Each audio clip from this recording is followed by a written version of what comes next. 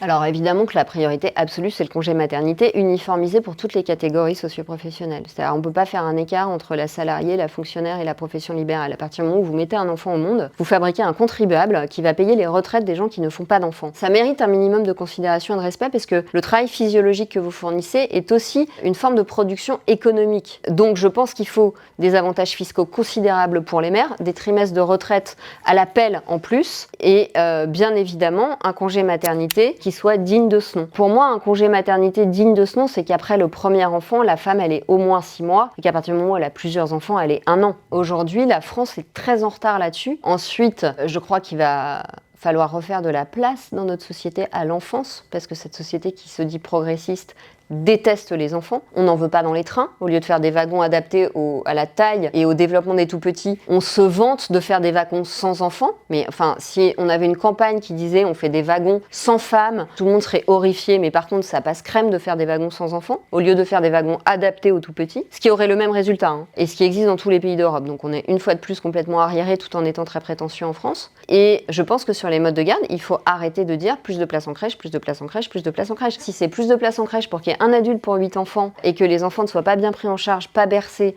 pas changés, pas cajolés, ça fait des troubles du développement. Donc moi je pense qu'il faut laisser toutes les mères qui ont envie de s'occuper de leur enfant le faire. Ça va désengorger les crèches pour celles qui veulent retourner au travail et se rapprocher d'autres amis qui ont des enfants du même âge, se rapprocher d'autres parents et réaliser qu'en fait on peut se créer plein de plans B, de faire des échanges. Ah bah là je vous prends vos enfants, vous pouvez aller dîner en amoureux. Bah tiens, je te prends ton fils à déjeuner le mercredi, en échange tu m'emmènes le mien au foot le samedi. Recréer une capillarité dans les liens au sein de la cité, c'est très important parce que la société individualiste a rendu toutes les personnes un peu vulnérables dans les grandes villes extrêmement vulnérables, que ce soit les personnes âgées, les bébés ou les femmes qui viennent d'accoucher. Il faut arrêter de mettre dans la tête des femmes que la maternité est un esclavage. Moi, je trouve que la pression économique est un esclavage beaucoup plus grand que le fait de transmettre la vie. Et puis, je pense qu'il faut arrêter de présenter le fait de ne pas avoir envie d'enfant comme une sorte d'aboutissement d'une grande vertu rationnelle. Il n'y a pas de honte à pas vouloir d'enfant. En revanche, en faire un argument pour du militantisme, pour dire aux jeunes femmes non, mais si tu fais un enfant, tu vas être piégé par le patriarcat,